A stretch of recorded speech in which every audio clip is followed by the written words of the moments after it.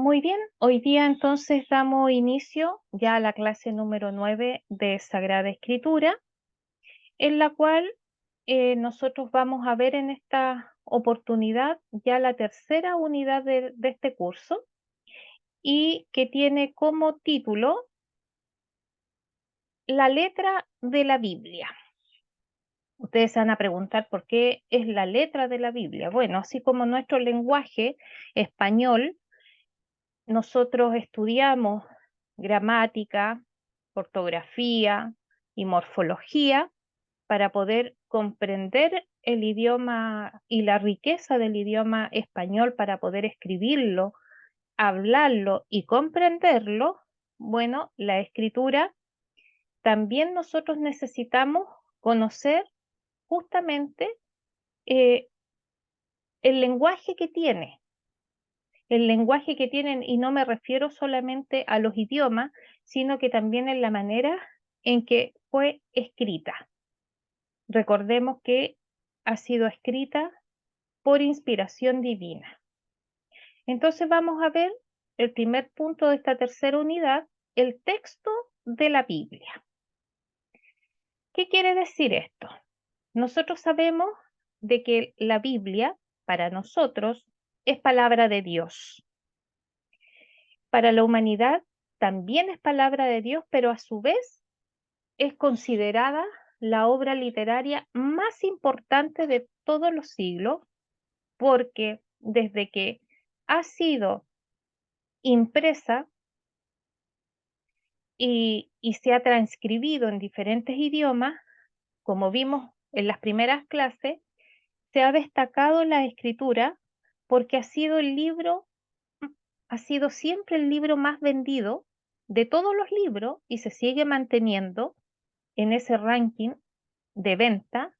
Ha sido el más traducido de todos los, a casi todos los idiomas.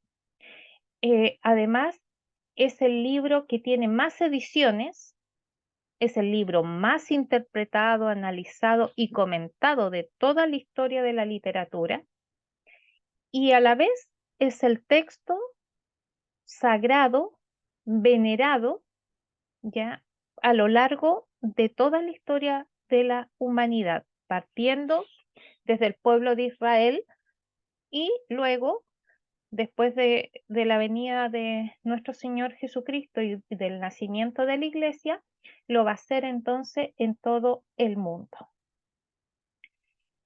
Para nosotros los creyentes, como les decía, la Biblia es la palabra de Dios, ¿ya? Y tenemos súper claro de que su escrito están realmente inspirados, que tienen diferentes estilos y géneros, y que en ellos Dios se fue revelando no solamente a lo largo de la historia, sino que también a lo largo de las diferentes épocas que no solamente vivió la nación de Israel, sino que también durante la vida y ministerio de nuestro Señor y el nacimiento de la iglesia. La Biblia es un término griego plural y que significa libros, o como en otras definiciones aparece también como colección de libros, ¿ya? Y también biblioteca, ¿ya? Son las tres, digamos, definiciones más comunes que se le da al vocablo Biblia. Y justamente el singular eh, y el diminutivo de este nombre proviene de la ciudad Biblos, que justamente los griegos le colocaron así a la ciudad fenicia de Gebal, y que era conocida por el mercado que tenía de papiros. Recordemos que uno de los materiales donde se escribió la escritura es los papiros, y en donde se han encontrado los grandes hallazgos o descubrimientos de los libros sagrados. La gran mayoría están escritos en este tipo de material que justamente nace de una planta y que era propio de Egipto. Por lo tanto, entonces podemos decir que la Biblia, más que libro, es una biblioteca y se define a sí mismo también o se denomina también como libros sagrados, tal como nos declara Primera de Macabeos, capítulo 12 y versículo 9. Aquí yo les hice un pequeño, digamos, diagrama de lo que es el Antiguo Testamento y lo que es el Nuevo Testamento. El Antiguo Testamento tenemos que recordar que es la diferencia que nosotros tenemos tanto con la Biblia judía o Tanaj como la Biblia protestante, porque tanto la Tanaj como la Biblia protestante tienen solamente 39 libros en el Antiguo Testamento. La Biblia judía no tiene Nuevo Testamento porque como ellos no creen que el Señor Jesucristo fue el Mesías que nuestro Señor prometió desde nuestros primeros padres que iba a venir a redimir al mundo, entonces ellos no tienen Nuevo Testamento. Pero sí la Biblia protestante, al igual que la Biblia católica, contiene el mismo número de libros en el Nuevo Testamento, que son 27. ¿Cómo está estructurada la Biblia? Bueno, como hemos estado hablando en las clases anteriores, la Biblia tiene dos divisiones, que son el Antiguo y el Nuevo Testamento. Y esta división viene de los tiempos más antiguos que los cristianos conocen. Nuestra Biblia católica está compuesta de 73 libros, 46 constituyen al Antiguo Testamento y 27 al Nuevo Testamento. ¿Cómo se divide el Antiguo y Nuevo Testamento? Bueno, también esto lo vimos a grandes rasgos en unas clases, pero aquí yo voy a entrar más en detalle en cuanto a las diferentes Biblias que tenemos en el mundo cristiano. Vamos a empezar con la división de la Biblia hebrea del Antiguo Testamento. Ellos tienen tres divisiones grandes de la Biblia hebrea. La Torá, que se le llama a los libros de la ley y que están formados por el Pentateuco, que son los primeros libros de la Biblia, es decir, Génesis, Éxodo, Levítico, Números y Deuteronomio. Esos son los primeros 5 libros que en la Biblia hebrea se le denomina Pentateuco, ¿ya? Y también se le conoce como Torá. Luego viene la segunda división en la Biblia hebrea, se denomina Neviim, que significa profetas. Dentro de los profetas, la Biblia hebrea separa en dos, Neviim, Jaresonim, que son los profetas anteriores o los profetas mayores, como se les denomina también, ¿ya? Y los Neviim, Jaronim, que son los profetas posteriores o los profetas menores. Y estos están comprendidos desde Isaías hasta Malaquías. La tercera división de la Biblia hebrea recibe como el nombre Ketubim, que son los hagiógrafos, es decir, los libros históricos, ¿ya? Y aquí entran todos los otros libros que no están contenidos ni en la Torá ni en el Nibim, y más encima se suman a ellos lo que son los libros como Salmo, Proverbio, Cantares, Eclesiastés, que son los libros sapiensales o los libros también denominados poéticos. Y el libro de Crónicas en la Biblia hebrea también se le denomina paralipómenos, ¿ya? Y una de los nombres que también nosotros encontramos en nuestra Biblia católica para referirse al libro de Crónicas.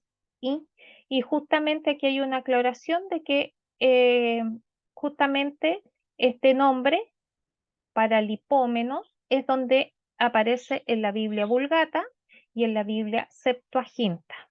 Tenemos que recordar que todas las traducciones que tenemos dentro de nuestra Iglesia Católica provienen de la Vulgata y de la Septuaginta. La Septuaginta es la primera traducción que se hizo de la Biblia y que se pasó del hebreo al griego. Aquí yo les puse en un cuadro ya cuáles son los libros que componen la ley, ya la Torá, el Pentateuco, están todos los profetas, ya, y están los escritos.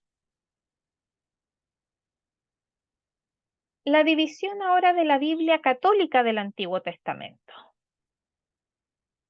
La primera división que tenemos en la Biblia católica se denomina históricos. Y dentro de eso histórico tenemos 5 libros que son denominados el Pentateuco, más los 16 libros históricos, es decir, donde se narra la historia del pueblo de Israel.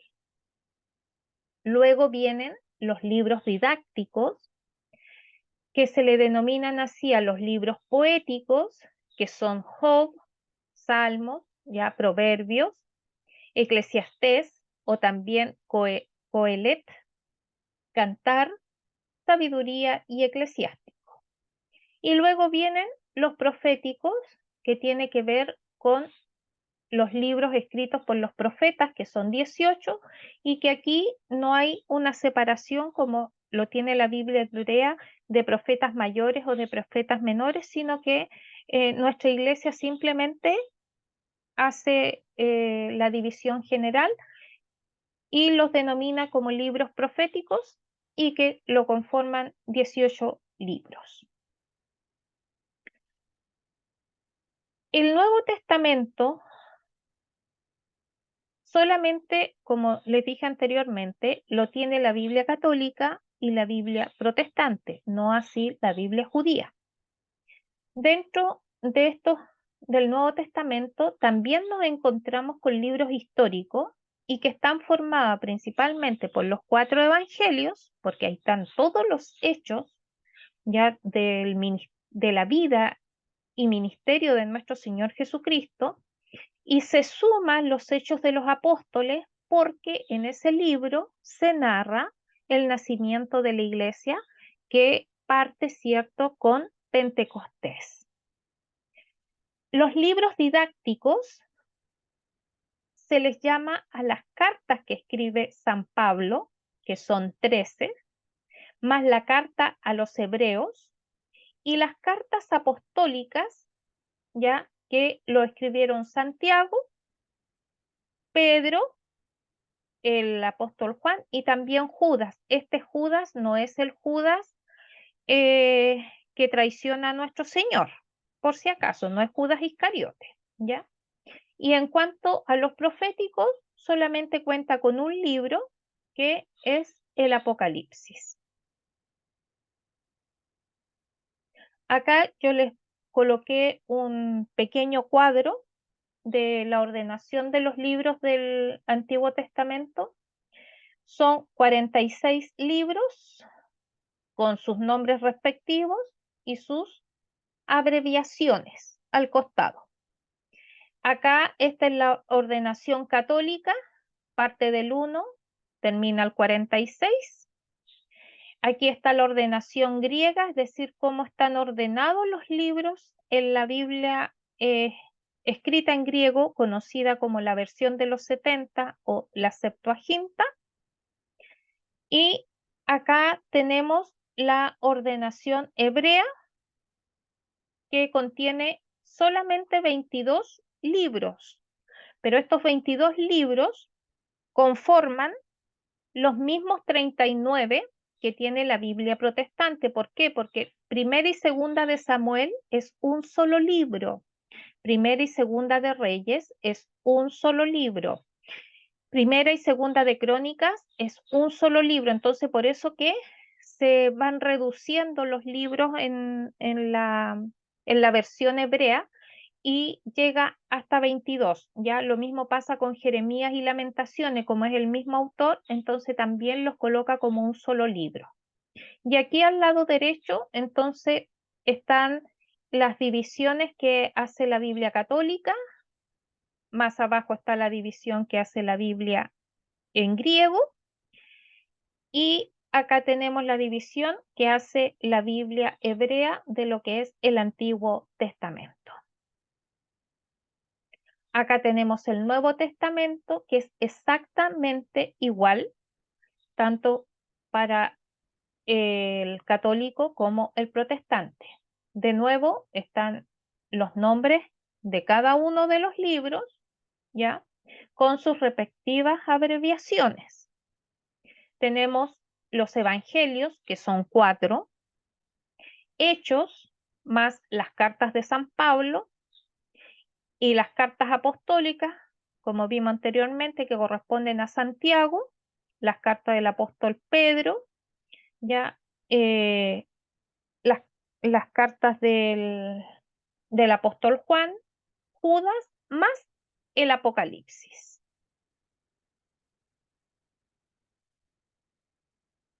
Nosotros cuando abrimos la escritura, cada libro de la Biblia está formada por una cantidad de capítulos y de versículos.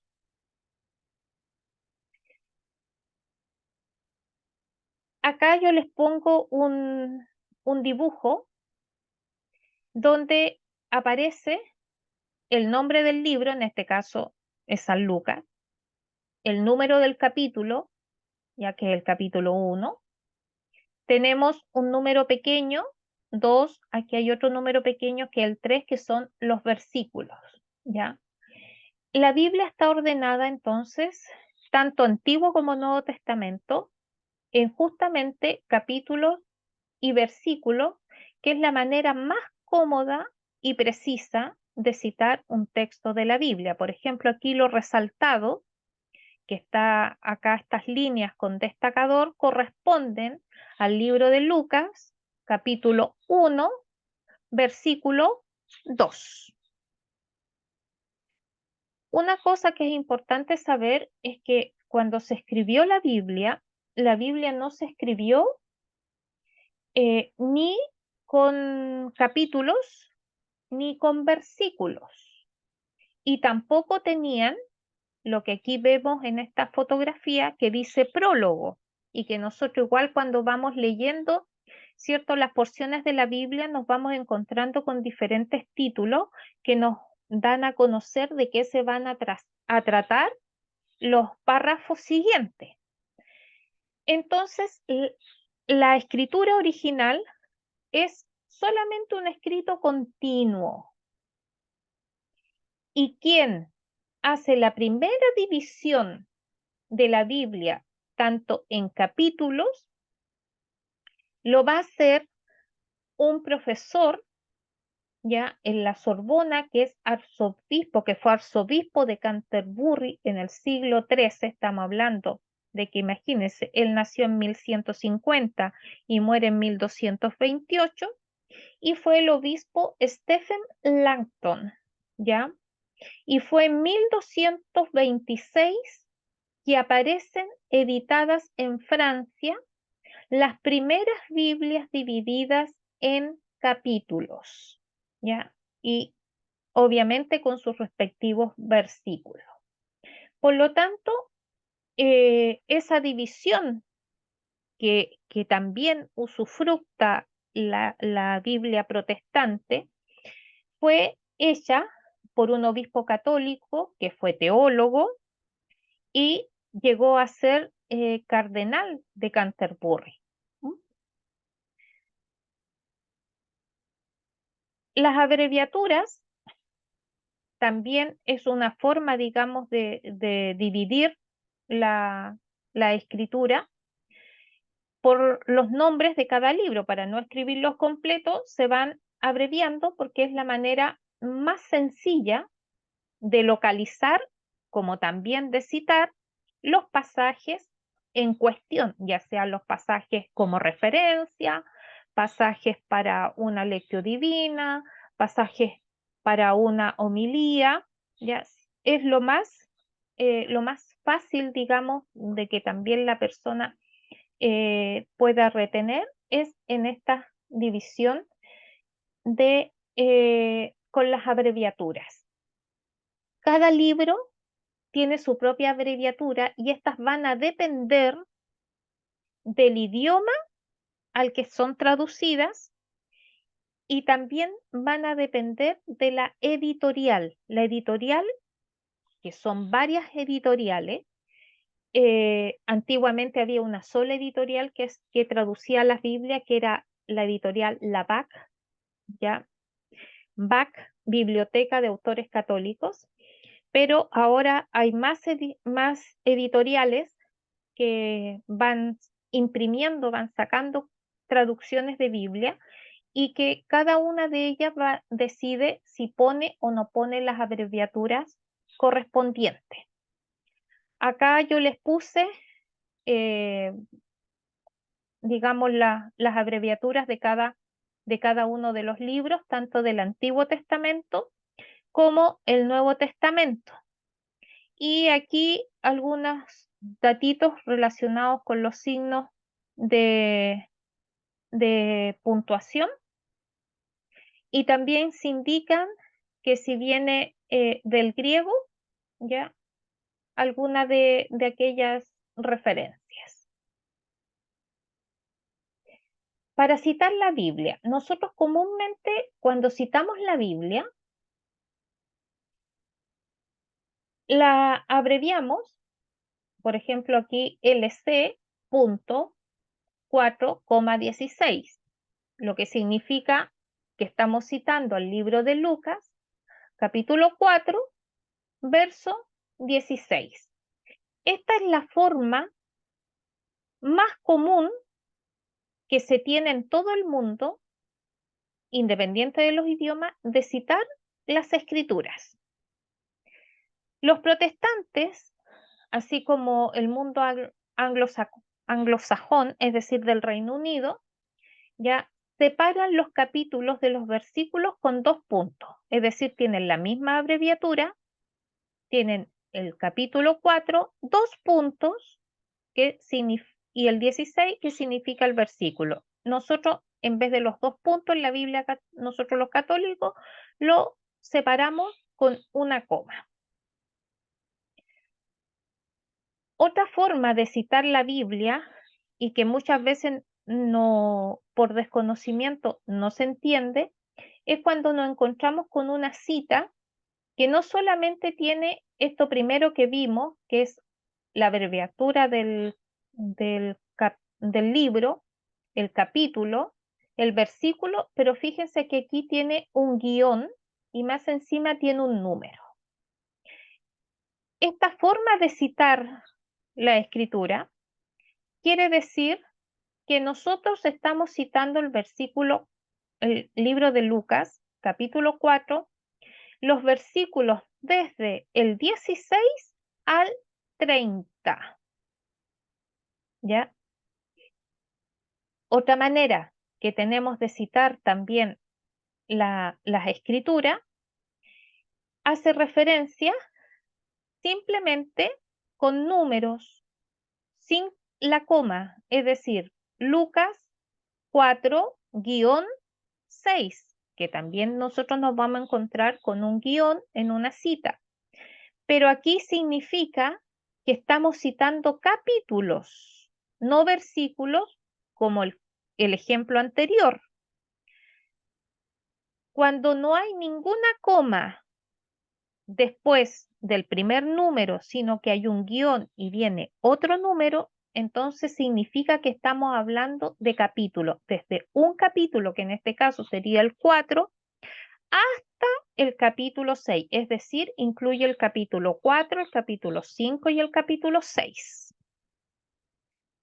A diferencia del ejemplo anterior, cuando vemos una coma, donde tenemos el número 16, el guión 30 significa que estamos incluyendo versículos. Versículos 16, 17, 18, 19, 20, 21, 22, etcétera, hasta llegar al 30. Son dos formas de cita donde nos vamos a encontrar con un guión, pero que nos indican dos cosas distintas. En una, versículos y en otra, capítulos. Otra manera donde también se citan capítulos del mismo libro es que nos podemos encontrar con una referencia donde salga la abreviatura del libro, que es Lucas, 4, que sería el capítulo 4, un punto y el 6. Esto también nos quiere decir que es el capítulo 4 completo y el capítulo 6. Es decir, aquí es 4 y 6. No es como el ejemplo anterior que era 4, 5 y 6. Solamente el punto nos va a indicar que es exclusivamente el 4 y exclusivamente el 6, dejando fuera el capítulo 5. Lo mismo va a suceder cuando nosotros nos encontremos con el punto entre versículos. Es decir, tenemos el libro de Lucas, capítulo 4, versículo 16, punto, versículo 20. Aquí quiere decir entonces que vamos a leer solamente el verso 16 y el verso 20. Vamos a omitir de la lectura el versículo 17, 18 y 19.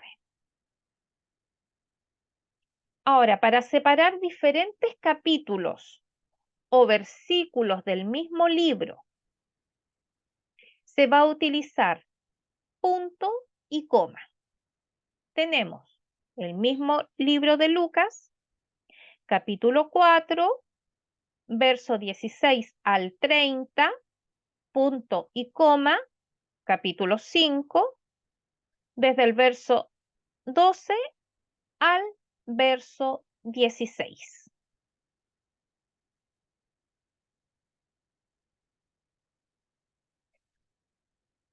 Otra manera donde nosotros nos vamos a encontrar con otras referencias de citas bíblicas tiene que ver con versículos. Para no estar poniendo todos los versículos, también se usan abreviatura. Por ejemplo, si nosotros encontramos que el versículo que se cita 16 al lado tiene una S, eso va a significar que estamos citando el versículo 16 más el versículo siguiente, que en este caso vendría a ser el versículo 17. Ahora, si solamente estamos citando un capítulo y ponemos Lucas capítulo 4, una S minúscula, significa que estamos citando el capítulo 4 más el capítulo siguiente que corresponde al capítulo 5 del libro de Lucas.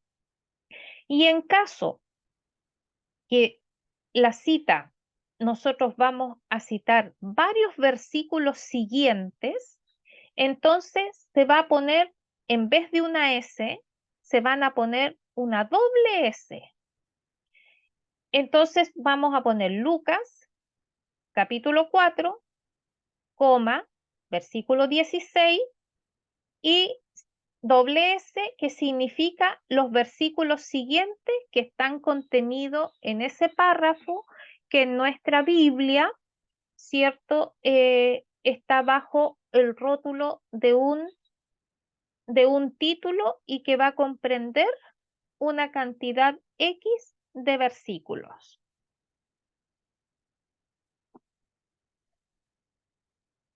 Otra manera que se tiene de citar la escritura es que nosotros citemos solamente la primera parte de un versículo. Y para eso vamos a poner el capítulo y el versículo y como vamos a citar la primera parte, le vamos a poner A, es decir, el versículo 16a. Ahora, si vamos a citar la segunda parte, obviamente no vamos a poner A, sino que vamos a poner la letra que sigue de nuestro abecedario, que es la B. Y eso va a indicar que nosotros estamos citando primera o segunda parte de un versículo en particular.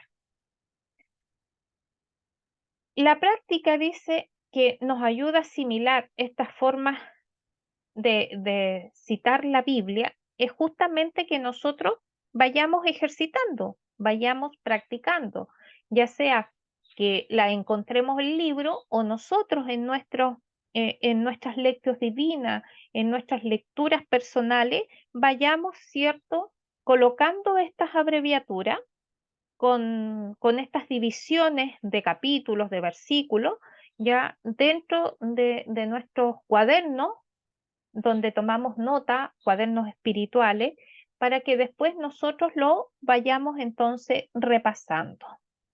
Ahora, acá, por ejemplo, aquí hay, yo les puse el del libro de Lucas, perdón, el capítulo 4, versos 16 al 30.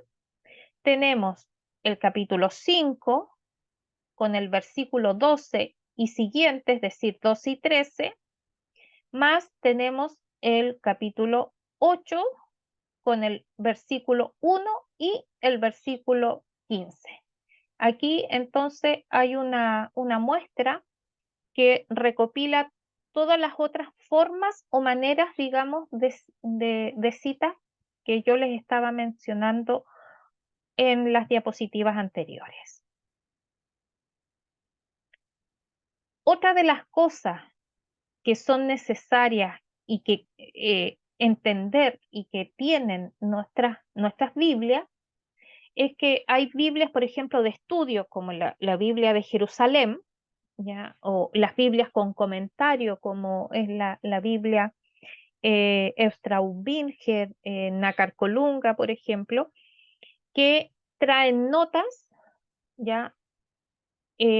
Paralelos, y algunas incluyen aparatos críticos. También tenemos ediciones que no son de estudio y también pueden tener notas paralelos y aparato crítico. ¿A qué me refiero con ella?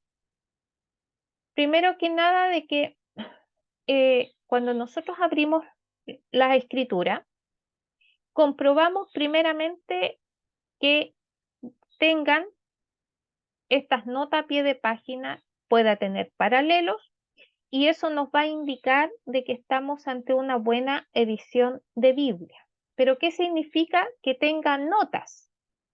Bueno, las notas generalmente están en la parte inferior de la página de la Biblia. Y allí los traductores de esa versión de Biblia ya van a colocar lo que ellos consideran de que es necesario que nosotros conozcamos, sea como lo destacado, lo que nos llame la atención, que tenemos que aprender, junto con advertencias, con comentarios breves o explicaciones que nos ayuden a comprender lo que estamos leyendo, a situarlo en su contexto y que de una u otra forma nos van a aportar información complementaria a lo que es la misma lectura del capítulo y de los versículos. Los paralelos generalmente están al margen derecho o al margen izquierdo del texto. Algunas ediciones lo incluyen también al pie de página junto con las notas, porque todo esto tiene que exclusivamente depende de las ediciones, de las editoriales y de las traducciones. Los paralelos, ¿qué son? Son referencias a otro texto. Es decir, por ejemplo, nosotros en los evangelios nos vamos a encontrar que hay varios textos, varias párrafos, varias historias o eventos o sucesos, no solamente del nacimiento de nuestro Señor, sino que también de su ministerio, de su vida y obra, que se van a repetir ya en los evangelios, principalmente Mateo, Marcos y Lucas. Hay ciertas similitudes en cuanto a la manera de contar que lo va a hacer Mateo, por ejemplo, de un evento en particular en relación con lo que va a hacer Lucas. Me explico. Con el nacimiento de nuestro Señor, quien lo hace de una manera más detallada es Lucas, pero quien también nos va a contar el nacimiento de nuestro Señor junto con la elección de sus padres terrenales, lo va a hacer Mateo, pero de una manera mucho más concisa. Entonces, esos dos pasajes que contienen la misma historia con más o menos detalle es lo que se llama paralelo. Entonces, si usted va a leer el nacimiento del Señor en Mateo, va a encontrar un, una nota, una letra, un numerito, porque todo depende de la, como les decía, de la edición de la editorial, que le va a indicar que esos mismos versículos usted lo puede encontrar en el Evangelio de Lucas y en el capítulo X, ¿ya? Y justamente estas historias que son semejantes, ¿ya? Es para que el lector vaya comparando el texto uno con otro, porque como fueron escritos por personas distintas, usted va a ir notando la manera en, en que el escritor del Evangelio va a tomar nota de los acontecimientos porque cada uno los mira de distintos ángulos, por lo tanto, coloca dentro del texto diferentes, diferentes maneras de ver la historia, pero que a la vez se complementan y se nutren. Acá, por ejemplo, yo les puse la Biblia latinoamericana que indica concordancia, es decir, que aquí hay varios pasajes que nos ayudan tanto en el Antiguo como en el Nuevo Testamento, nos hacen referencia también a lo que se está diciendo en estos versículos. Tenemos acá las notas que están al pie de página, generalmente están separadas por una línea y con una letra más pequeña o diferente. Y aquí en el margen derecho se nota entonces los paralelos, las indicaciones de los paralelos para que el lector vaya justamente comparando la lectura que está haciendo sobre ese tema en particular. El aparato crítico, ya el aparato crítico no todas las Biblias lo tienen, generalmente son Biblias más de estudio, pero de estudio más profundo, o sea, de teólogos o de traductores, ¿ya? ¿Por qué? Porque esta va a hacer referencia no solamente a otras versiones, por ejemplo, versión vulgata, que es el latín, versión griega, que es la Septuaginta, la versión hebrea, ya que es la Tanaj, porque recordemos que eh, la Biblia principalmente fue escrita en tres idiomas, teniendo hoy día el hebreo y el griego, sino que aparte de eso va a hacer referencia a códices y a manuscritos. Los códices tienen que ver principalmente a lo que se encontró en el Mar Muerto, los rollos del Mar Muerto, los rollos de Qumran en 1947, que son textos bíblicos, pero que están basados en lo que eran los escritos alejandrinos, y ahí viene el nombre alejandrino, Códice Alejandrino, el Códice Vaticano, ya, que son, por ejemplo, algunos de los códices con los cuales se hacen estas diferencias de traducciones y que justamente estos aparatos críticos también revisan los manuscritos que se tienen originales que se han encontrado de los libros sagrados. Por lo tanto, son bastante complejos, ya, bastante complejos de poder comprenderlo o manejarlo. Y principalmente las Biblias que traen el aparato crítico son las ediciones de las Biblias hebreas. Es decir, nosotros en nuestras Biblias comunes, ya, ya sea en inglés, en francés, en griego, en español, en cualquier idioma, nosotros no las vamos a encontrar, sino que aquí este aparato crítico nosotros lo vamos a encontrar en la Biblia hebrea. ¿Por qué? Porque justamente los códices que nacen del descubrimiento de los rollos del Mar Muerto son solamente libros del Antiguo Testamento y el Antiguo Testamento fue escrito en hebreo. Y aquí yo les pongo la foto para que ustedes se den cuenta que no solamente está la complejidad del idioma hebreo, sino que también tiene que tener conocimiento de lo que son no solamente términos, sino que maneras de expresiones como la Masora Parva, la Masora Magna, aquí una referencia a lo que es el aparato crítico en sí, texto hebreo, aquí aparece el nombre en latín y el número de página. Entonces, quienes usan el aparato crítico son personas que saben la lengua hebrea. ¿Ya? Y solamente en esa Biblia, en la Tanaj, se pueden encontrar este aparato crítico que va desglosando el texto sagrado. Nosotras, en nuestras versiones, solamente vamos a tener notas, ya paralelos, referencias o concordancias, pero nada más que eso. Otras de las cosas que también tiene una buena edición de Biblia son las introducciones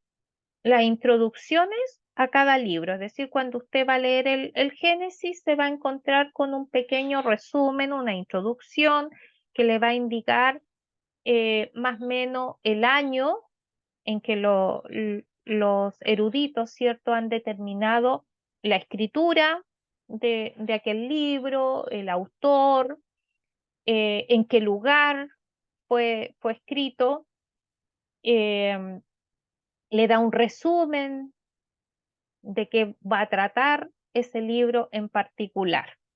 Entonces le da el contexto en el cual usted va a encontrar ahí la historia, ya sea de la nación de Israel, si es Antiguo Testamento, y si el Nuevo va a ser, cierto, la vida y obra de nuestro Señor, o bien la iglesia en, en los tiempos del nacimiento de la misma, con los viajes misioneros de Pablo, por ejemplo, y la predicación tanto para judíos y para gentiles. Entonces, toda esta información le va a permitir, en este caso al lector, que son ustedes y soy yo, acercarnos al texto bíblico con la mayor cantidad de datos posible para que nos ayude a entender lo que estamos leyendo. Entonces, las ediciones más actualizadas contienen estas introducciones.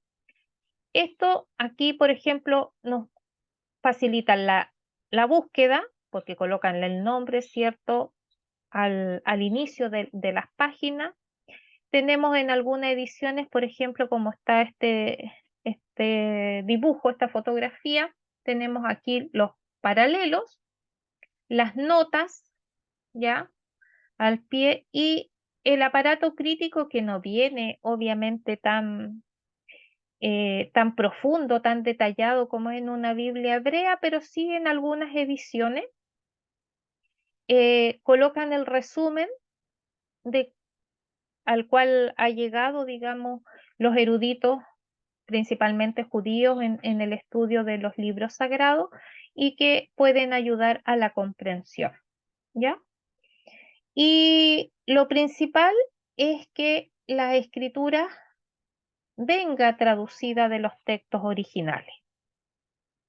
Recordemos que durante mucho tiempo, muchos siglos, casi 20 siglos, nuestra iglesia basó todas las traducciones de la Biblia, es decir, la traducción al alemán, al holandés, al francés, al inglés, al español, es decir, en todos los idiomas.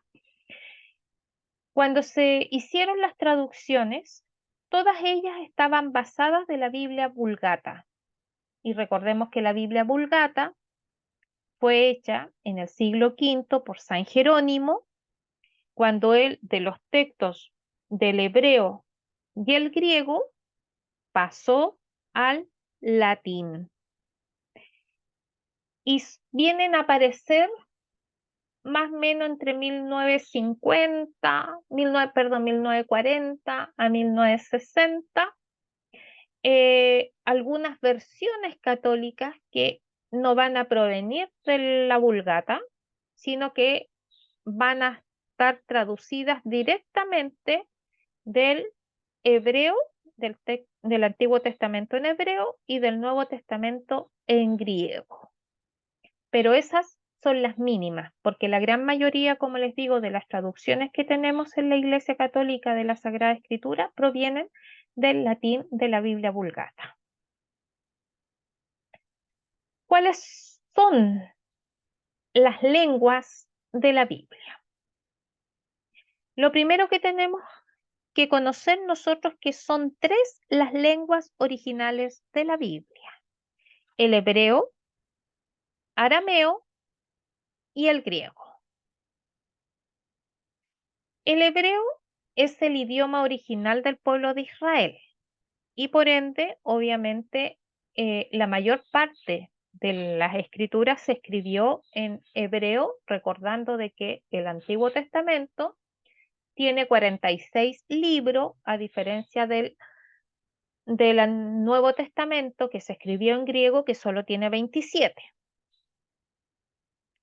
Ahora, en arameo, que era el idioma de Siria, se escribieron todo el libro de Tobías completo, el libro de Judith completo, fragmentos del libro de Esdras, algunos capítulos del libro de Daniel, Jeremías y del Génesis.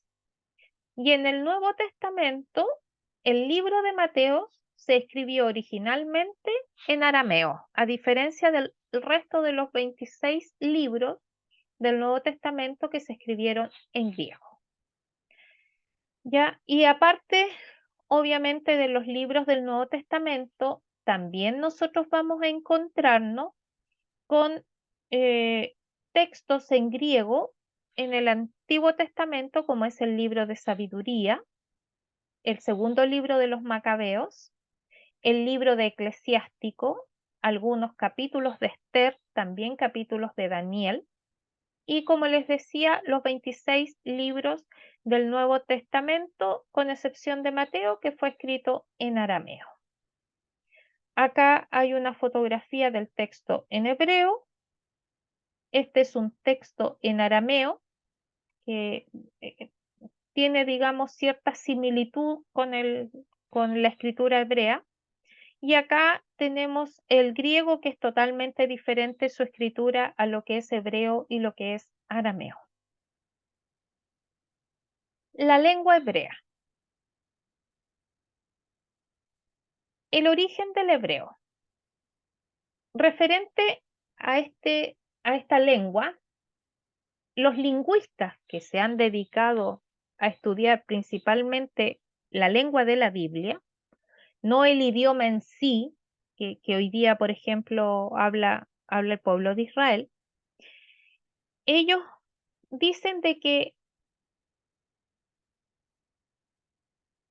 el hebreo fue la madre de la cual nacieron todas las lenguas o los idiomas que conocemos hoy día, y también que este idioma proviene de una lengua cananea anterior al hebreo, es decir, que de esa lengua cananea se hizo una modificación y aparece el hebreo.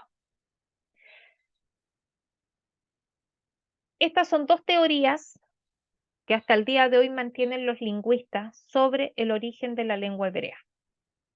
Vamos a ver la primera de ellas, es decir, que el hebreo sea la madre de todas las lenguas o de todos los idiomas que conocemos hoy día. Según lo que Génesis capítulo 11, versículos del 1 al 9, que hace referencia a la historia que se nos narra sobre la Torre de Babel, la familia humana, es decir, toda la sociedad, hasta ese entonces, había conocido una sola lengua y que sabemos que durante la construcción de esta torre, el Señor confundió las lenguas, es decir, que ya no se entendían, habían grupos que no entendían a otros y se produjo entonces una división. Primero que nada se reunieron cada grupo, cada familia que hablaba la misma lengua y que se podían entender, se fueron agrupando y a la vez esos grupos se fueron esparciendo por el territorio, digamos, existente a nivel mundial, y de esa manera entonces es donde van a aparecer los diferentes idiomas que hasta el día de hoy nosotros conocemos. Fíjense que este hecho de las diferentes lenguas o idiomas que nacen o se derivan de la Torre de Babel, los doctores talmúdicos, que son judíos, recordando que el talmúdico viene de la palabra Talmud, y Talmud es la tradición oral judía más el comentario escrito de esa tradición oral, que la tradición oral se llama Mishnah, y el comentario escrito de esa Mishnah se llama Gemerá. Por lo tanto, la Mishnah más el Gemerá dan como origen a lo que los judíos llaman el Talmud. Y justamente los doctores talmúdicos, es decir, los eruditos, los rabinos, los maestros, los estudiosos del Talmud, que son judíos, dicen de que esa era la lengua común, el hebreo, con la cual Dios crea al mundo. Y quienes también son partidarios de esta teoría es Yehuda Halevi, que es un poeta judío español, Dante Alighieri, que es un escritor, padres de la Iglesia como Orígenes, San Juan Crisóstomo y San Agustín, por nombrar algunos. Aquí yo les puse, de acuerdo a esta teoría de que el hebreo es la madre de todas las lenguas o dialectos conocidos, entonces de el hebreo, que va a ser después la lengua de Israel, va a nacer el árabe, el cananeo, la lengua egipcia, la lengua etíope. Ya aquí van a haber diferentes modificaciones de estos idiomas. Van a ser el púnico maltés, el púnico africano, el canario, y van a ver de aquí del árabe o arábigo, van a haber distintos dialectos árabes ya que tienen una raíz común, pero con algunas diferencias, como tenemos el idioma egipcio, el africano, árabe egipcio, árabe africano, árabe asiático y el árabe relacionado principalmente con India. Ya va a nacer también de la lengua hebrea la lengua de los caldeos, de los asirios, el siriaco, nace el samaritano y dentro de lo que es siriaco va a salir el sirio caldeo y la lengua galilea. Ya recordemos que los apóstoles, los 12 apóstoles, ellos eran de la región de Galilea, al igual que el Señor Jesucristo, no por nacimiento, sino que porque estuvo viviendo en Nazaret después que sus padres regresaron de Egipto y decidieron quedarse en aquella región.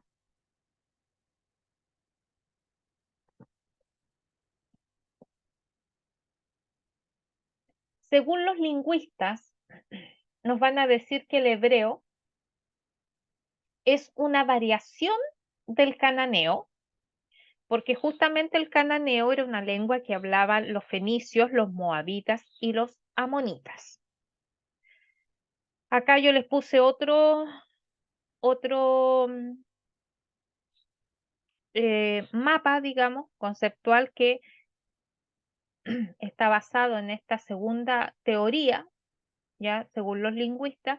Entonces, este idioma cananeo se va a dividir ya en la parte noroccidental, en la parte septentrional y en la parte nororiental. Y esos van a ir dando origen al cananeo, arameo, ugarítico, fenicio, el hebreo, el árabe, el etíope, el sudarábico. En la parte septentrional o central van a salir, digamos, principalmente algunas líneas de idiomas árabes, ¿ya? Y lo que es el nororiental va a salir el asirio y el babilónico. Entonces, este esquema supone entonces que la lengua existente primera va a ser el cananeo, ¿ya? Y de allí entonces van a salir, va a salir o va a derivar por diferentes aportes o diferentes cambios la lengua hebrea según los documentos de Lugarit y Ebla que se han encontrado ponen a esta teoría en, en cuestionamiento, es decir, que los hallazgos arqueológicos, en otro sentido, echan por tierra esta teoría de que el hebreo nace de la lengua cananea.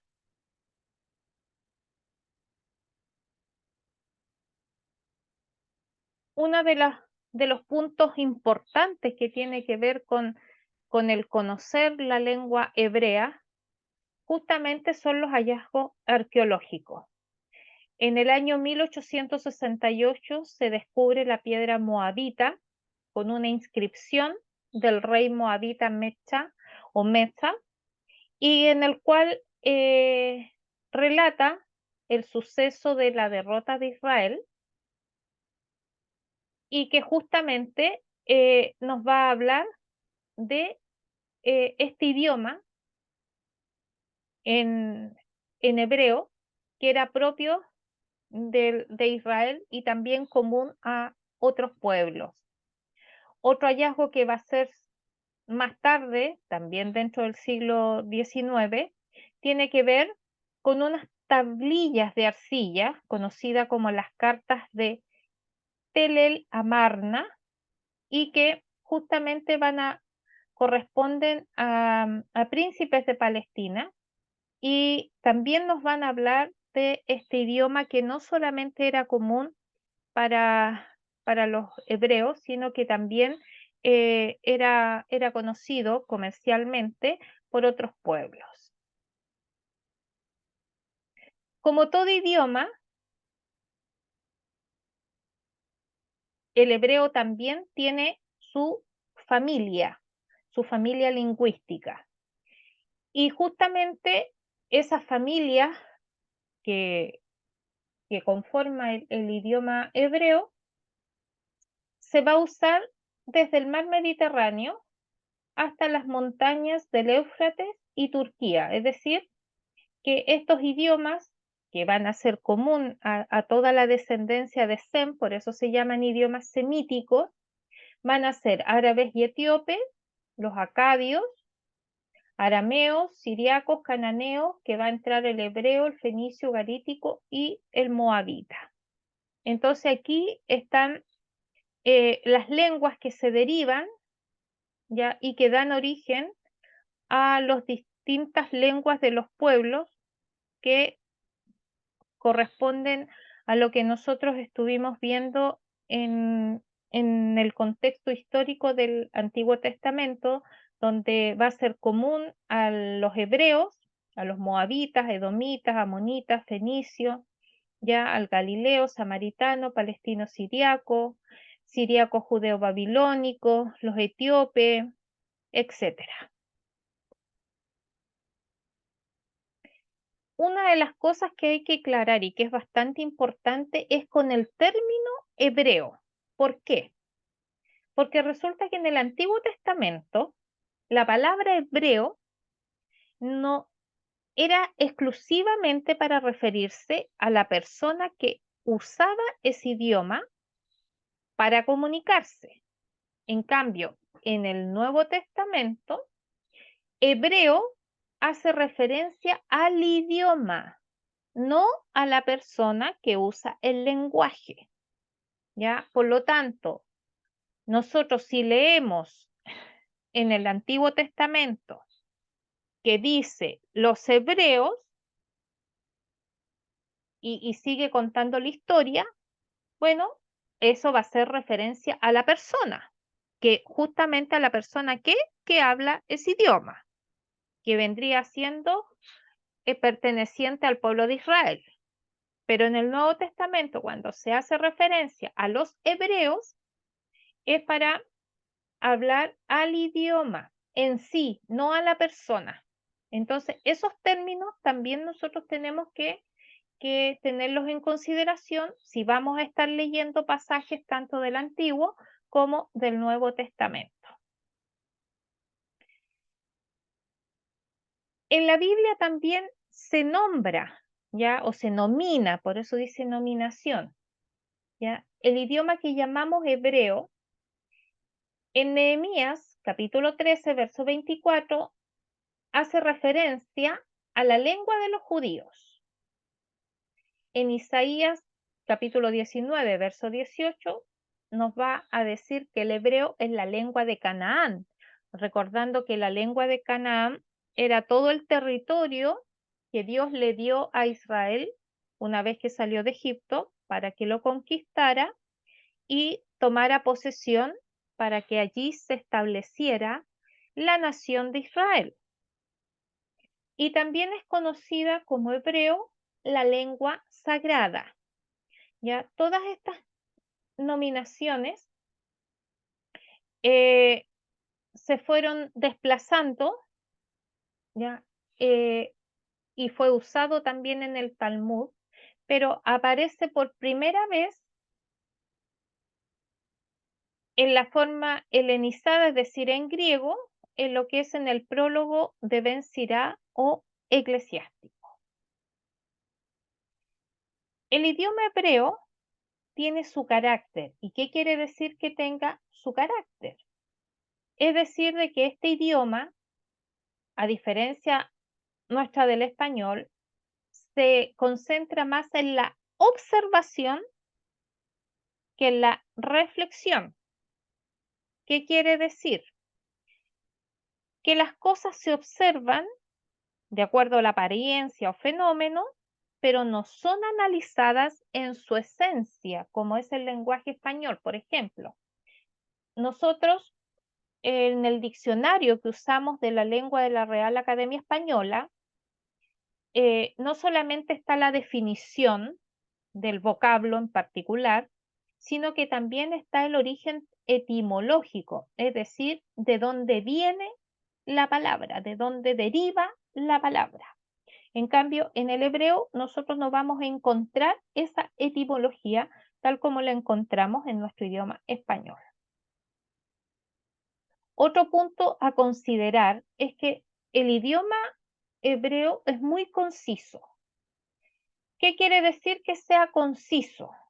Es decir, que se necesitan muy pocas palabras para expresar una profundidad o una extensión. Y esto hace de que sea sumamente difícil traducir de manera fidedigna un texto, un apartado, un párrafo del Antiguo Testamento. Por ejemplo, el Salmo 23, para algunas Biblias, para las Biblias que vienen traducidas directamente de la Vulgata, va a ser el Salmo 22. ¿Ya? En hebreo tiene solo 55 palabras y las traducciones requieren una cantidad mayor, casi el doble o más, para poder traducirla. Me explico. En, en uno de los versículos de este Salmo 23 y 22 en la Vulgata, dice, Señor pastor, faltará nada. O sea, tiene 4 palabras. Y nosotros, para poder traducirlo al español, y que nosotros abrimos nuestra escritura en aquella cita, nos vamos a encontrar que dice, el Señor es mi pastor, nada me faltará. Es decir, nuestra traducción requiere el doble, 8 palabras. Entonces, a eso se refiere a que sea conciso, porque el hebreo, más que ser un idioma explicativo, es un idioma pictórico, es decir, que es más descriptivo. Y eso hace que se ilustre el idioma. Por ejemplo, se levantó y se fue. Abrió la boca y habló. Alzó su voz y lloró. Eso nos demuestra que esas citas que están sacadas de la Sagrada Escritura muestran que este idioma es bastante ilustrativo o pictórico. ¿Por qué? Porque nosotros basta con decir abrió la boca, pero aquí especifica, por ejemplo, que habló, porque pudo haber abierto la boca para comer, pero aquí abrió la boca y habló. Ya nosotros simplemente podemos decir y comió, pero aquí ellos hacen descripción, dan este realce ya a lo que ellos están comentando.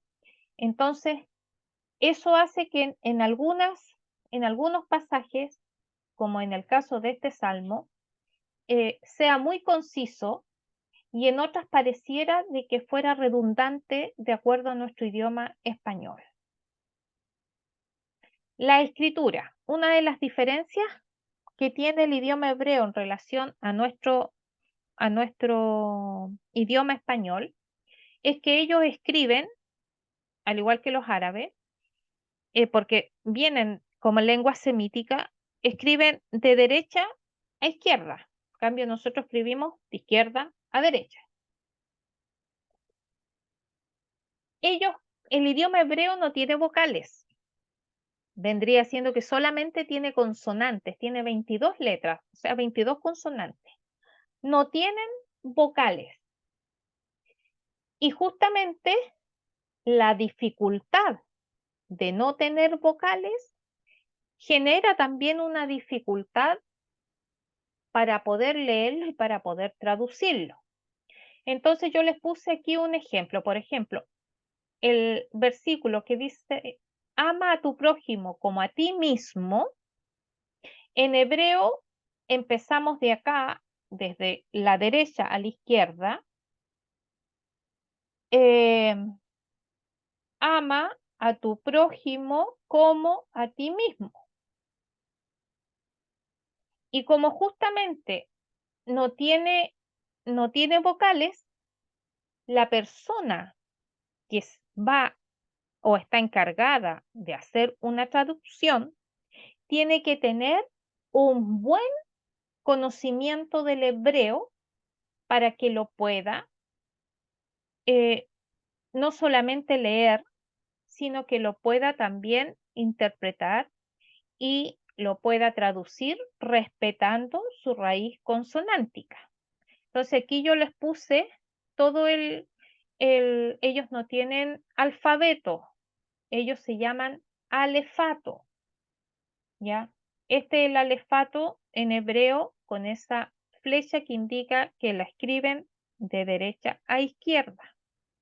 Pero dada la necesidad de poder hacer una buena traducción del hebreo, es que cuando se reescribe el texto sagrado en el idioma hebreo que se vino a reescribir siglo VII y siglo VIII después de Cristo por los masoretas, que eran los especialistas hebreos, se vieron en la necesidad de crear un sistema vocálico. Y si ustedes se fijan, esta es es una misma letra, ¿ya? Y que corresponde a la primera letra del alefato, que es Aleph. Esta es una Aleph. Pero fíjense que aquí tiene un guión debajo. Entonces, la letra Aleph con un guión abajo es la vocal A. Aleph con 2 puntos abajo es la vocal E. Aleph con un solo punto debajo es vocal I. Aleph, que a su izquierda superior tiene un punto, significa O. Y Aleph con 3 puntos diagonales hacia abajo significa U. Entonces fueron los masoretas quienes crearon esta simbología, digamos, usando el mismo alefato, que bajo signos de puntuación, ya guiones, en este caso de acá nosotros vamos a ver que también lo van a complementar con otras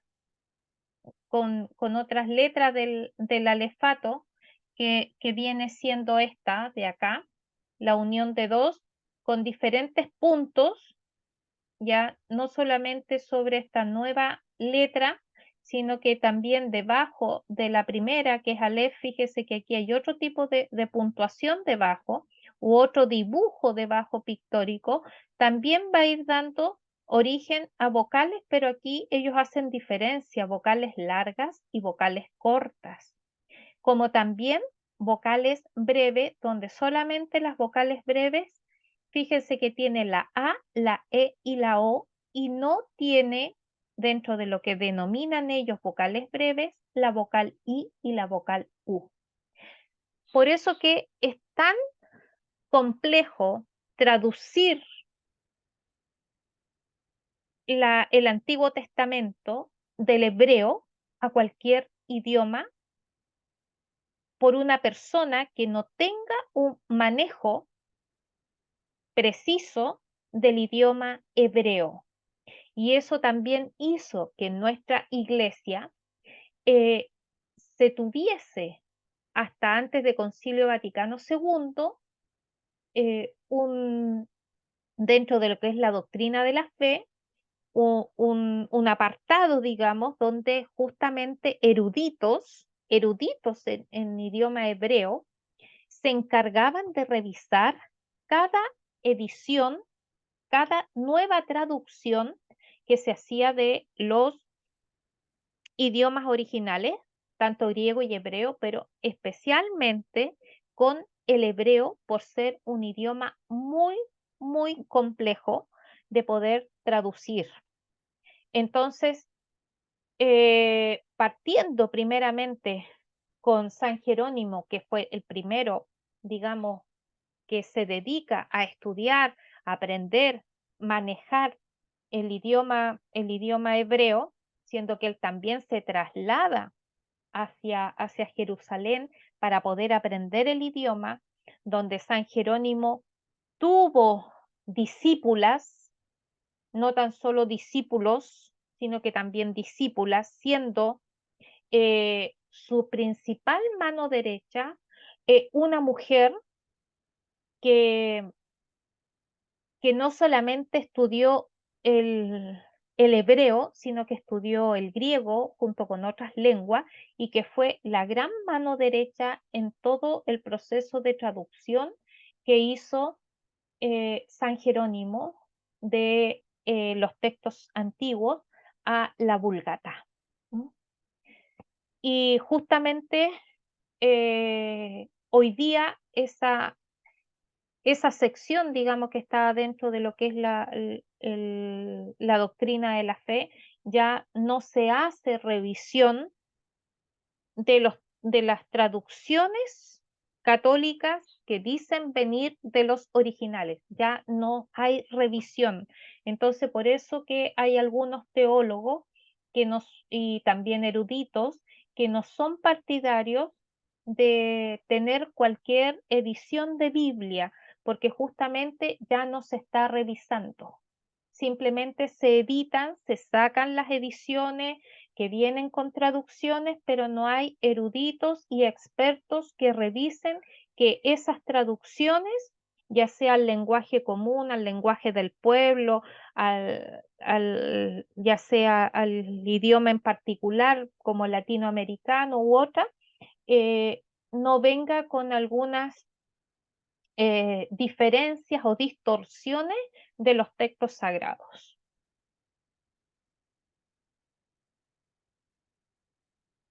Tal como les decía, el sistema vocálico que no existía en el hebreo, sino que se vino a crear recién por necesidad en la nueva traducción que se hizo del Antiguo Testamento, porque hay que recordar que en el año 70 después de Cristo, cuando el general Tito quema la ciudad de Jerusalén y quema el templo de Jerusalén, se destruyen con ellos todos los manuscritos que habían de los libros sagrados. Por lo tanto, no había texto escrito de lo que es el Antiguo Testamento. Solo quedó el texto oral, porque los judíos, recordemos que los judíos, como ya vimos en clases anteriores, sobre todo los varones, ellos a los 12 años se saben de memoria los 5 primeros libros de la Biblia. Por lo tanto, el manejo de las escrituras que ellos tienen por memoria es casi que ellos se lo saben de memoria completo. Entonces, eso es lo que quedó solamente después de la destrucción de Jerusalén en el año 70 después de Cristo. Y recién en el siglo 7 que estamos hablando, finales del siglo 7, o sea, en el año 600 después de Cristo, se ve la necesidad entonces de reescribir estos libros sagrados que solamente quedaron en lo oral, y allí entran los masoretas. Entonces, ahora, dentro de lo que es el sistema vocálico, se conocen tres sistemas, denominados babilonio, palestino y tiberiense. Los dos primeros, dice, son superlineales, que se marcan con las letras, es decir, que sobre la línea se va escribiendo. Y el tiberiense es sublineal, o sea, se escribe debajo de la línea, y ese es el que se usa actualmente. Yo aquí le fui poniendo, por ejemplo, el nombre de las letras en hebreo, ya algunos dibujos en cuanto a la semítica antigua se denominaban o denominaban estas letras que son la A, por ejemplo, se escribía así, luego pasa a ser de esta manera con el Aleph como la conocemos hoy día, con los distintos sonidos y significados. ya que eso es lo que produjo entonces la creación del sistema vocálico. Aquí tenemos la vocalización del hebreo bíblico, ya que justamente es lo que los eruditos manejan para poder traducir de los textos sagrados. Estos sistemas entonces fueron ideados, como les dije anteriormente, y fueron desarrollados por los masoretas, que fueron los escribas de la tradición. Y fueron los primeros, digamos, los eruditos de los siglos 7 y 8 después de Cristo.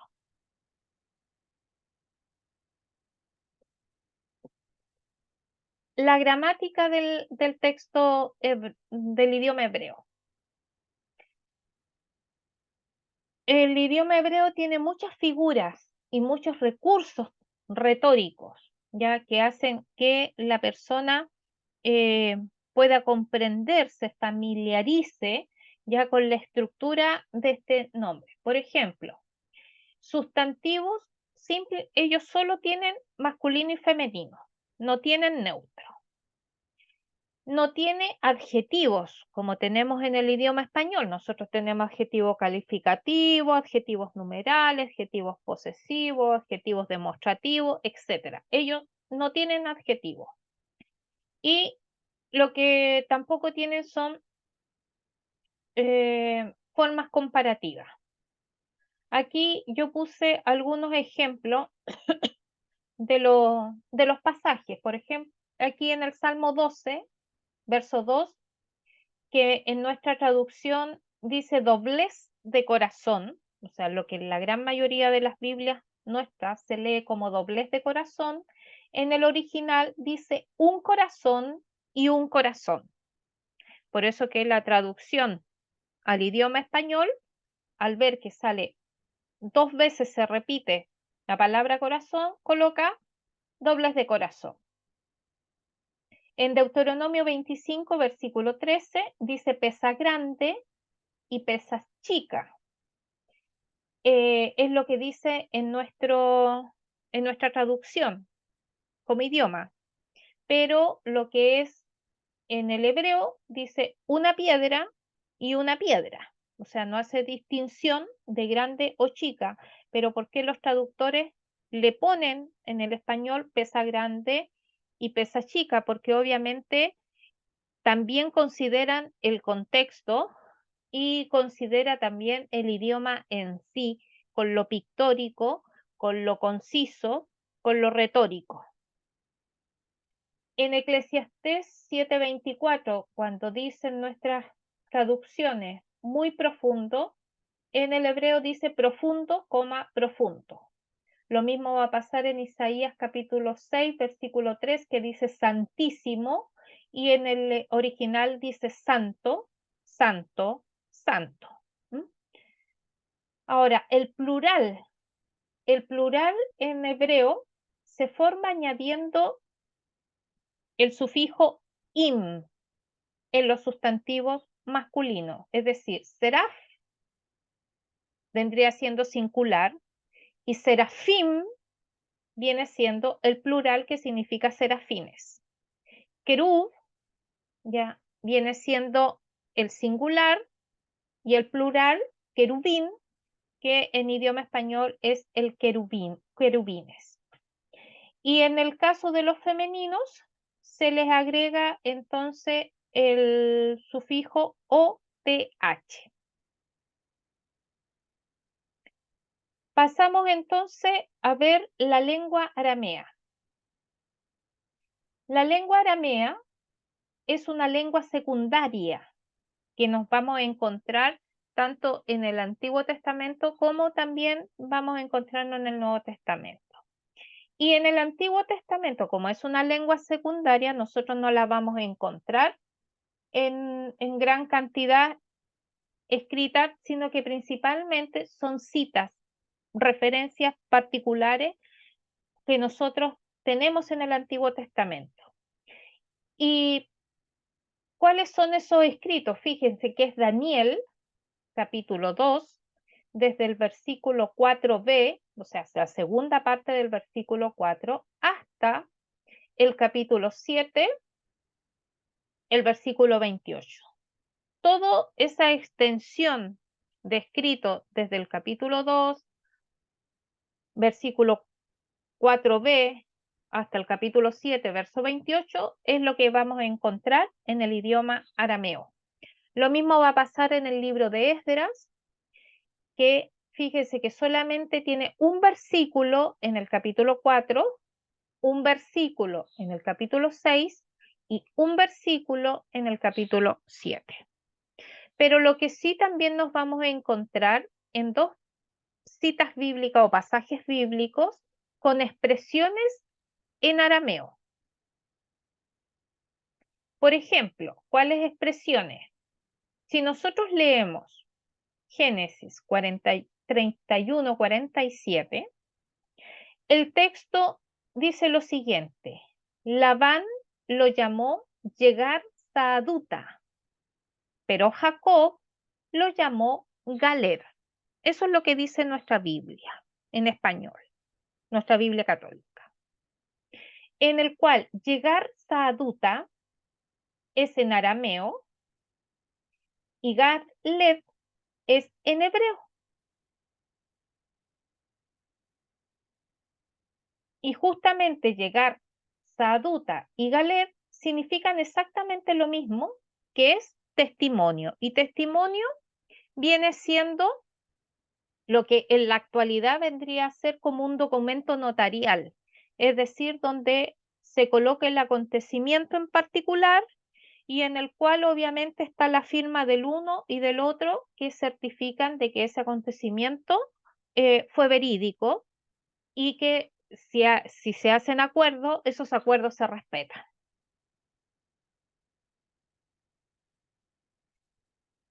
El uso en el Antiguo Testamento.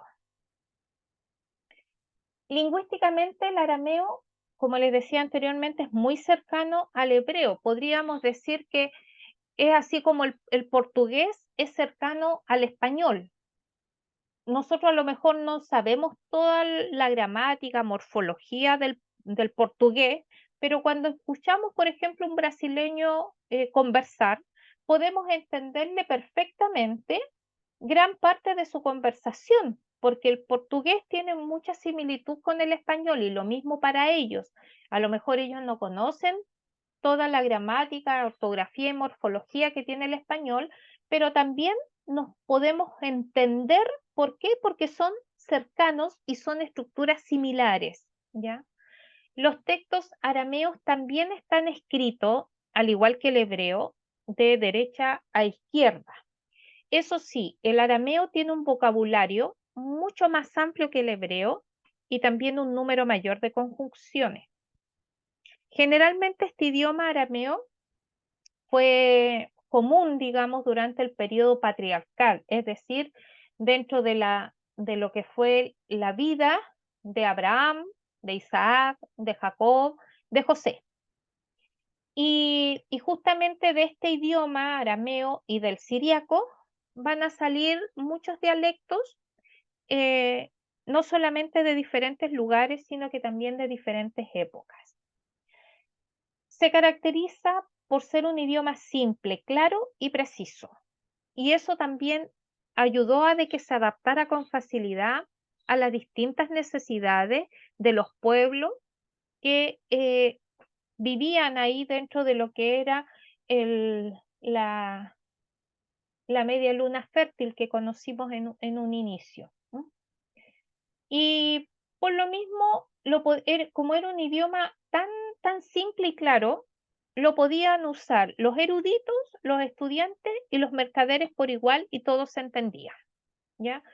Y hay algunos lingüistas que dicen que justamente el arameo viene siendo como un equivalente de lo que nosotros conocemos hoy día como el inglés. En el texto de Segunda de Reyes, capítulo 18, verso 26, se ve el uso del arameo como lengua. Y justamente en el imperio persa, el arameo era el idioma de comercio internacional, así como durante el imperio romano, el idioma común de comercio fue el griego koiné. Durante el Imperio Persa, entonces, el idioma de comercio internacional fue justamente el arameo, y es muy probable que, como era que los judíos, digamos, que estuvieron dispersos por todo este imperio persa, lo adaptaran como lengua y fueron dejando poco a poco el hebreo de lado hasta llegar al punto, como dice Nehemías, que no conocían el idioma y que no sabían entonces el, cómo hablarlo y mucho menos cómo escribirlo. En cuanto al Nuevo Testamento, se dice de que el arameo era la lengua común de Palestina en los tiempos de nuestro Señor Jesucristo, pero no se sabe con ninguna certeza que sea una simplificación de aquel tiempo, es decir, que fuese una lengua que la hablaran todos, como en el caso del griego koiné. Lo que sí nosotros nos vamos a encontrar en el Nuevo Testamento con algunos nombres que son de origen arameo, como por ejemplo Bartolomé, Bar-Jonás y Barnabás. ¿Ya? Acá el prefijo bar significa hijo de, por lo tanto Bartolomé significa hijo de Ptolomé, Bar-Jonás significa hijo de Jonás y Barnabás significa hijo de Nabás. Entonces el arameo va a ser como un puente, va a ser el idioma de transición del hebreo al griego, y por eso que cuando el Señor Jesucristo viene a la tierra para cumplir, ¿cierto?, las profecías de nuestro Señor, entonces ese idioma era común para todo el imperio romano. En- y esto hace de que el arameo, como les digo, sea el puente entre el hebreo del Antiguo Testamento con el griego del Nuevo Testamento. Y aquí obviamente están los idiomas que tiene en los cuales fue escrita la Biblia, siendo arameo y hebreo la lengua o el idioma principal del Antiguo Testamento, y el griego el idioma principal del Nuevo Testamento. Referente a nuestro Señor y la lengua aramea. Sabemos que en los tiempos de Jesús el arameo se consideraba como lengua materna de toda Palestina, de toda la región de Palestina. Y hay una cantidad de expresiones bíblicas que nos muestran que ese era el idioma que también hablaba nuestro Señor. Por ejemplo, el término Talita Kumi, ya que recordemos que Talita Kumi era la hija de, de un varón importante que fue a ver al Señor Jesucristo para pedirle que fuera a ver a su hija que se estaba muriendo. Entonces, cuando el Señor llega a la casa de este hombre importante, la niña había fallecido. Pero el Señor les dice de que no se preocupen, que la niña no está muerta, que está durmiendo. Todos lo miran medio raro porque una persona que duerme despierta, pero en este caso la niña ya había fallecido. Entonces se acerca a esta pequeña y le dice Talita Kumi, que traducido al español viene diciendo niña, levántate. Lo mismo va a pasar cuando él sana a un ciego de nacimiento y le va a decir efeta, y va a decir se ha abierto. Se abren los oídos, se abren los ojos, ¿cierto? La boca para que pueda ver, para que pueda oír, para que pueda hablar. Y la otra expresión que está en arameo es cuando nuestro Señor está crucificado, está cargando con nuestros pecados, y entonces Él en el momento de oscuridad, cuando las tinieblas cubren la tierra, Él exclama Eloí, Eloí, lama sabactani, que quiere decir Dios mío, ¿por qué me has abandonado? Y justamente acá hay un dibujo en el cual está el Padre Nuestro en hebreo y el Padre Nuestro en arameo, que son más o menos similares en cuanto a su tipo de escritura. Luego entonces vamos a ir viendo la lengua griega, que la lengua griega viene siendo entonces el medio de comunicación de los idiomas, de los tres idiomas del hebreo, el arameo, viene siendo el que es más rico, más armonioso y el más hermoso. Es un idioma que tiene un pensamiento muy profundo. De hecho, la etimología de las palabras que nosotros usamos, la gran mayoría viene del griego, ¿ya? Y que justamente esto va a potenciar no solamente el pensamiento abstracto, por eso que los griegos tienen muchos filósofos, nace la filosofía con ellos, con este pensamiento abstracto y profundo, sino que también va a servir para la devoción religiosa. Y justamente durante el periódico clásico, el griego fue el idioma de las culturas más grandes del mundo. Sabemos de que nace en Grecia y justamente va a terminar con las invasiones dorias y su escritura va a desaparecer varios siglos después, porque debemos recordar que el Imperio Romano llegó hasta el siglo V después de Cristo. Y si tomamos en cuenta que el imperio helénico, el imperio griego, estuvo entre 200 o 300 años antes de Cristo, estamos hablando que más o menos duró ese idioma como universal, lengua universal de los pueblos dentro de todo ese gran imperio, por 8 siglos. Y eso es bastante el tiempo que, que se mantuvo vigente en comparación con los otros reinos. Y justamente fue en el siglo V al siglo IV antes de Cristo que alcanza entonces esta cultura griega el punto más alto en cuanto a la literatura y también en cuanto al arte. Y aquí está más o menos la escritura griega en mayúscula y abajo está en minúscula. El dialecto koiné es lo que se llama a la lengua común. Es como podríamos decir que vendría siendo nuestro idioma chileno, como el chileno, el idioma coloquial, ya el idioma del pueblo. Eso en el fondo es el dialecto koiné, el griego koiné.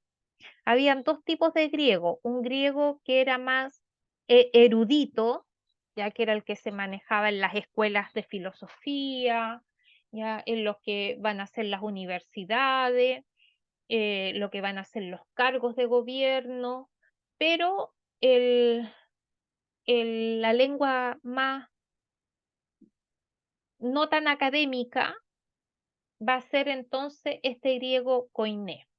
Y justamente va a ser a través de Alejandro Magno, ¿cierto? Como vimos con anterioridad, quien, quien va a difundir el idioma con la conquista que él hace y que da origen justamente al imperio griego. Estos idiomas eh, que parten de en Atenas, ya que así se va a llamar al griego clásico, también llamado el griego ático por ser Atenas la capital de Grecia, y como le decía anteriormente, el griego común o koiné.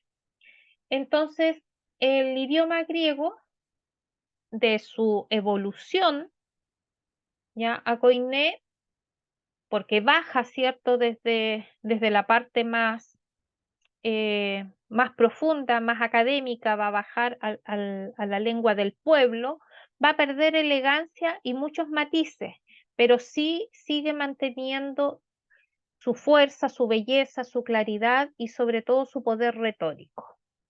Ahora, referente a la Septuaginta, nosotros tenemos que recordar que es la primera traducción de las Escrituras, fue la Biblia Septuaginta o la versión de los 70 o la versión griega, y que justamente se hizo durante el Imperio griego a petición de los judíos que vivían en Alejandría. La traducción del Antiguo Testamento al griego fue un acontecimiento trascendental para lo que no solamente eran en ese tiempo, sino que también va a significar para todo el desarrollo de la historia de la Iglesia. Y justamente va a ser esta versión de los 70, como está escrito en griego, que va a tener una gran influencia en lo que es la era del cristianismo, porque al no haber un idioma hebreo, al no haber escrito en hebreo, ¿quién va a hacer la Biblia que va a sostener la iglesia primitiva? Va a ser la Septuaginta, hasta que aparezca la Vulgata, el latín.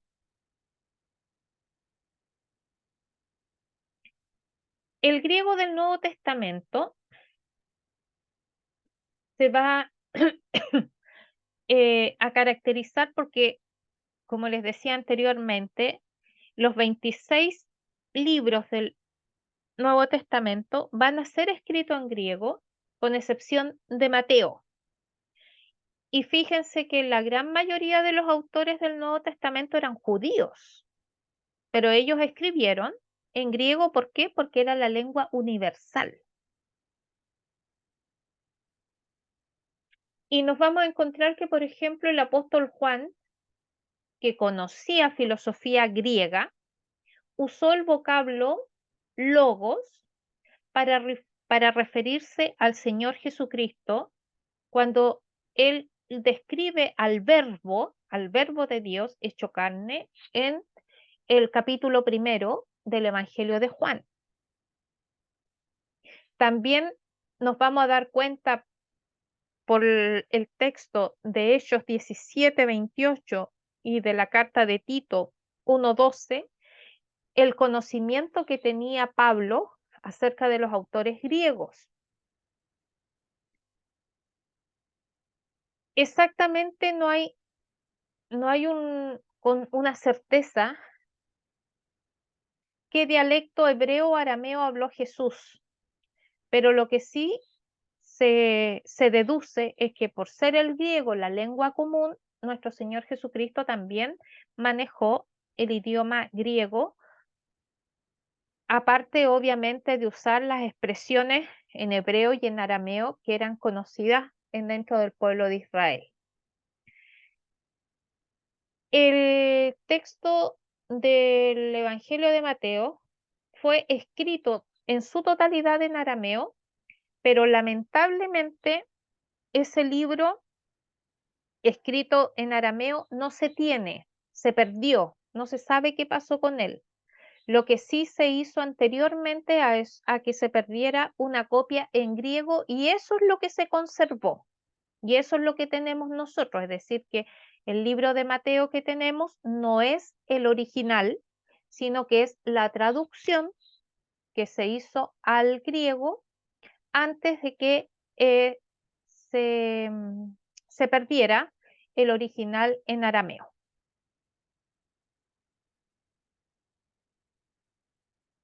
Vemos entonces que el griego combina el pensamiento hebreo con la precisión en las expresiones, en los vocablos que da la riqueza del idioma griego. Por lo tanto, esta influencia nosotros la vemos mucho más fuertemente en los evangelios, Apocalipsis, Santiago, ¿ya? En el libro de Hebreos, y justamente algunas de las epístolas del Nuevo Testamento van a combinar lo que es sabiduría del hebreo con filosofía dialéctica del griego. Dentro de lo que es el vocabulario en griego que nosotros vamos a encontrar en el Nuevo Testamento, es justamente que es un vocabulario amplio, que es más que suficiente para poder comunicar en profundidad, en retórica, en representación, lo que realmente el autor desea expresar a través de lo que está escribiendo o dejando por escrito referente a un tema en particular.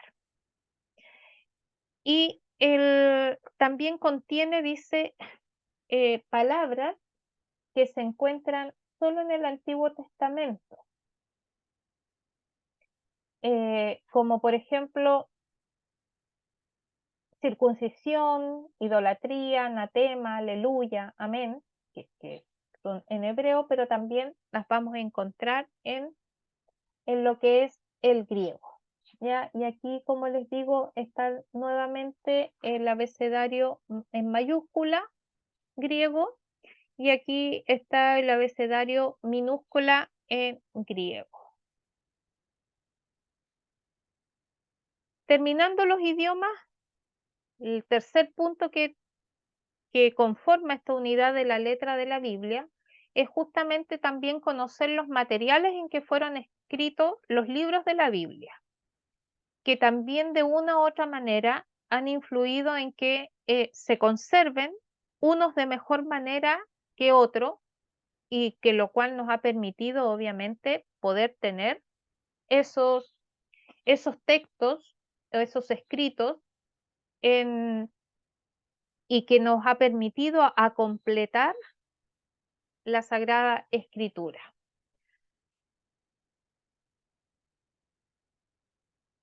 Aquí, dentro de lo que es la escritura antigua, tenemos que recordar que lo que es Egipto y Mesopotamia, ellos también tenían una escritura, pero era una escritura más pictórica, al igual que los fenicios, es decir, que eran más con jeroglíficos, ya con imágenes, con dibujos. Y bueno, hoy día sabemos que hay 5 sistemas diferentes de escrituras que existían en esa zona de Siria-Palestina en los tiempos de Moisés, que también, digamos, ayuda para poder transmitir el mensaje de Dios a las naciones. Aquí yo les puse 2 tipos de jeroglíficos. Estos son babilónicos, los que están a la izquierda, y los que están a la derecha son jeroglíficos egipcios, que son, digamos, para nosotros a lo mejor más conocidos los egipcios, los jeroglíficos egipcios, que los babilónicos. Y justamente aquí entramos al principal de los materiales que se usaron para escribir los textos sagrados, que es el papiro. El papiro viene de una planta que se da en zonas secas, ya donde principalmente en Egipto, ya allí obviamente por el clima tenían una mayor conservación, y justamente en los rollos del Mar Muerto, los rollos de Qumran, se encontraron en en este material que es el papiro, se encontraron varios libros sagrados y también libros que pertenecen a la tradición de la cultura judía. Este tipo de material estaba en pleno uso hasta el tercer siglo después de Cristo, o sea, estamos hablando que hasta el año 400 después de Cristo todavía se podía encontrar papiro como fuente, digamos, principal de dejar por escrito las cosas, las anotaciones o cosas más importantes. Y aquí hay un manuscrito del año 2400 a.C. que ustedes ven que tiene una muy buena conservación pese al tiempo que tiene desde que se hizo y se escribió sobre él. Ya está conformado por tramas, ya sale obviamente de una planta que se deja secar, se hace un procedimiento en el cual se crea una trama y esa trama que es flexible, al dejarla secar, da origen a un tipo de papel. Otro también material que fue usado para dejar escritos los textos sagrados es el pergamino. Y el pergamino principalmente salía de las pieles a las cuales se sometía a un proceso, obviamente, y pieles de oveja, de cabra, ya de antílope o de otros animales. Aquí se le hacía este procedimiento de sacarles todo el pelo, ya se le raspaba completamente, que no dejara ningún vestigio de cubierta que tuviera el animal, ya sea pelo largo, pelo corto, y así este material se hacía más flexible y también más perdurable. Aquí dice que F. Bruce escribe que la palabra pergamino proviene del nombre de la ciudad de Pérgamo, en Asia Menor, pues la producción de este material de escritura estuvo asociada durante algún tiempo a aquel lugar. Otro material usado es la vitela, y la vitela era el nombre que se le daba al cuero, pero al cuero del ternero, ¿ya? Y a diferencia de la piel o el cuero de la oveja o cabra, que se llamaba pergamino, el cuero o piel de un ternero se le llamaba vitela. Y la diferencia entre uno y otro es que a la vitela se le teñía de color púrpura. Y justamente los que se conservan, algunos de los manuscritos que se conservan, tienen esta peculiaridad todavía que mantienen esta tintura de color púrpura. Y la escritura que se hacía sobre este papel púrpura tenía que ser en un color contrastante. Entonces, de lo que se tiene registro, porque se conservan hasta la actualidad, generalmente estaban escritos con color dorado o plateado, ya obviamente para que se notara dentro de lo que es el color púrpura. Y los rollos más antiguos que se han encontrado en este material, en vitela o piel de ternera, tienen una fecha aproximada de 1500 años. Otro tipo de material es la ostraca, que la ostraca son fragmentos de vasos cerámicos, rotos por supuesto, que se aprovechaban para varios fines y tenían la peculiaridad de que se conservaban muy bien en condiciones que un papiro, por ejemplo, no podía resistir. Por ejemplo, si había una inundación y se quedaba mucho tiempo esa humedad en un papiro, el papiro tendía a deshacerse, a romperse, a perder lo que se había escrito sobre él. En cambio, en la ostraca, por ser cerámica, algo totalmente distinta no solamente de su estructura como composición, entonces permitía de que eh, no se borraran tan fácilmente lo que se escribía sobre ello. Y quien hace referencia al uso de ostraca es principalmente durante el periodo del reino de Judá o el reino del sur entre los años 700 a 650 a.C. Otro material son las tablillas de arcillas. Estas se usaron desde el año 5500 a.C. hasta el cuarto milenio antes de Cristo y que lo usaban principalmente En Mesopotamia, culturas como sumerios, hititas, recordando que los hititas fueron los primeros gobernadores de Egipto antes que llegaran los faraones. Y también las minoicas, que tiene que ver con Grecia.